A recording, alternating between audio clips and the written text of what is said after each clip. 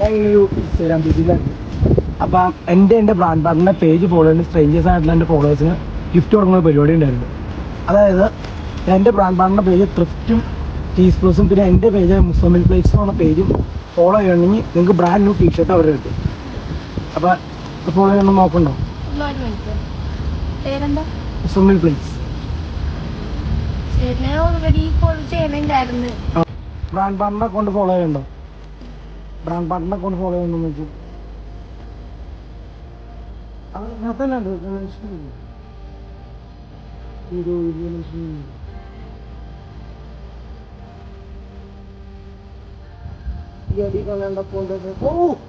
Brand partner follow ചെയ്യണ്ടല്ലേ? നോക്കട്ടെ